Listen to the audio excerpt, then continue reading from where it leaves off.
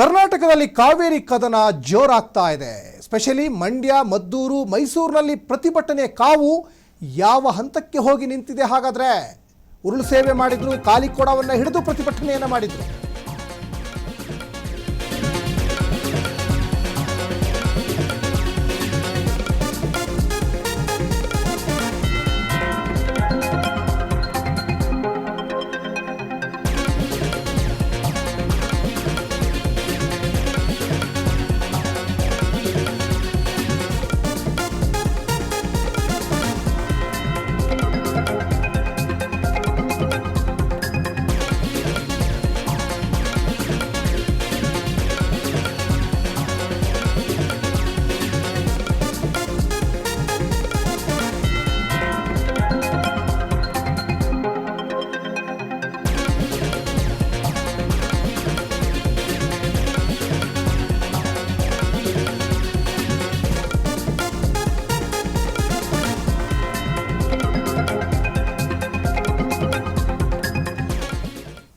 ಕರ್ನಾಟಕದಲ್ಲಿ ಕಾವೇರಿ ಕದನ ಜೋರಾಗ್ತಾ ಇದೆ. ಮೊನ್ನೆಯಿಂದನೂ ಕೂಡ ರೈತರು ಹೋರಾಟ ಮಾಡ್ತಾ ಇದ್ದಾರೆ. ಈಗ ಬಿಜೆಪಿ ಜೆಡಿಎಸ್ ಶಾಸಕರಿಗೆ ಸಿಎಂ ಡಿ ಕೆ ಶಿವಕುಮಾರ್ ಆಹ್ವಾನ ಕೊಟ್ಟಿದ್ದಾರೆ.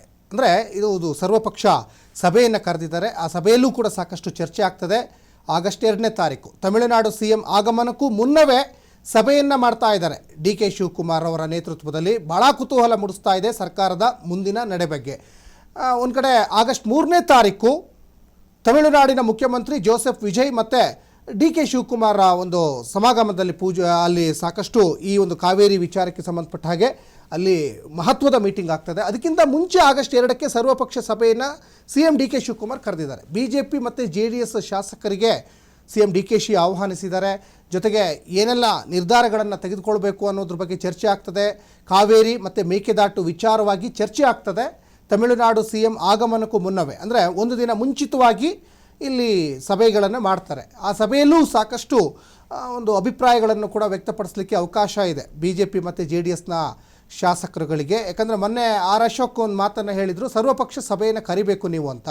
ಆ ನಿಟ್ಟಿನಲ್ಲಿ ಸರ್ವಪಕ್ಷ ಸಭೆಯನ್ನು ಕರೆದು ಇಲ್ಲಿ ಏನು ಅಭಿಪ್ರಾಯಗಳು ವ್ಯಕ್ತವಾಗ್ತವೆ, ವಿಪಕ್ಷ ನಾಯಕರ ಅಭಿಪ್ರಾಯ ಏನಿರ್ತದೆ, ಇದು ಕೂಡ ಬಹಳ ಮುಖ್ಯ ಆಗ್ತದೆ. ಯಾಕಂದರೆ ಏಕಾಏಕಿಯಾಗಿ ಸರ್ಕಾರ ಯಾವುದೇ ನಿರ್ಧಾರ ತೆಗೆದುಕೊಳ್ಳೋಕ್ಕೆ ಬರೋದಿಲ್ಲ. ಕೆಲವೊಂದು ವಿಚಾರಗಳಲ್ಲಿ ಆಪೋಸಿಷನ್ ಪಾರ್ಟಿ ಲೀಡರ್ಗಳ ಒಂದು ಹೇಳಿಕೆಗಳು ಭಾಳ ಮುಖ್ಯ ಆಗ್ತದೆ. ಸ್ಟೇಟ್ಮೆಂಟ್ಗಳು ಸಾಕಷ್ಟು ಇಲ್ಲಿ ಪ್ರಮುಖ ಸ್ಥಾನವನ್ನು ಪಡ್ಕೊಳ್ತವೆ. ಹಾಗಾಗಿ ಈಗ ಮಂಡ್ಯ, ಮದ್ದೂರು, ಮೈಸೂರಿನಲ್ಲಿ ಪ್ರತಿಭಟನೆಯ ಕಾವು ಅದು ಬೇರೆಯ ಒಂದು ದಿಕ್ಕನ್ನು ಪಡ್ಕೊಳ್ತಾ ಇದೆ. ಆ ಬೆನ್ನಲ್ಲೇ ಈಗ ಆಗಸ್ಟ್ 2ಕ್ಕೆ ಸರ್ವಪಕ್ಷ ಸಭೆಯನ್ನು ಸಿಎಂ ಡಿ ಕೆ ಶಿವಕುಮಾರ್ ಕರೆದಿದ್ದಾರೆ.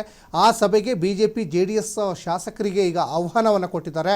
ಆ ಸಭೆಯಲ್ಲಿ ಬಹಳ ಮುಖ್ಯವಾಗಿ ನೆನೆಗುದಿಗೆ ಬಿದ್ದಿರುವ ಕಾವೇರಿ ಜೊತೆಗೆ ಮೇಕೆದಾಟು ವಿಚಾರವಾಗಿ ಅದು ಚರ್ಚೆಗೆ ಬರುತ್ತೆ. ಆ ಚರ್ಚೆಯಲ್ಲಿ ಒಂದು ಏನೇನು ಅಭಿಪ್ರಾಯಗಳು ಬರಬೇಕು, ಏನೇನು ಅಭಿಪ್ರಾಯಗಳನ್ನು ನಾವು ಸ್ವೀಕಾರ ಮಾಡಬೇಕು ಅನ್ನುವಂಥದ್ದು ಕೂಡ ಈಗ ಬಹಳ ಮುಖ್ಯವಾಗುತ್ತೆ. ಅದಾದ ಮೇಲೆ ಆ ವಿಚಾರದ ಮೇಲೇ ಅದು ಅದರ ನೆಕ್ಸ್ಟ್ ಡೇ ಏನು ಮೀಟಿಂಗ್ ಆಗ್ತದಲ್ಲ, ತಮಿಳುನಾಡಿನ ಮುಖ್ಯಮಂತ್ರಿ ಜೋಸೆಫ್ ವಿಜಯ್ ಅವರ ಜೊತೆಗೆ ಡಿ ಕೆ ಶಿವಕುಮಾರ್ ಮೀಟಿಂಗನ್ನು ಮಾಡ್ತಾರಲ್ಲ, ಅದು ಬಹಳ ನಿರ್ಣಾಯಕ ಹಂತವನ್ನು ಪಡ್ಕೊಳ್ತದೆ.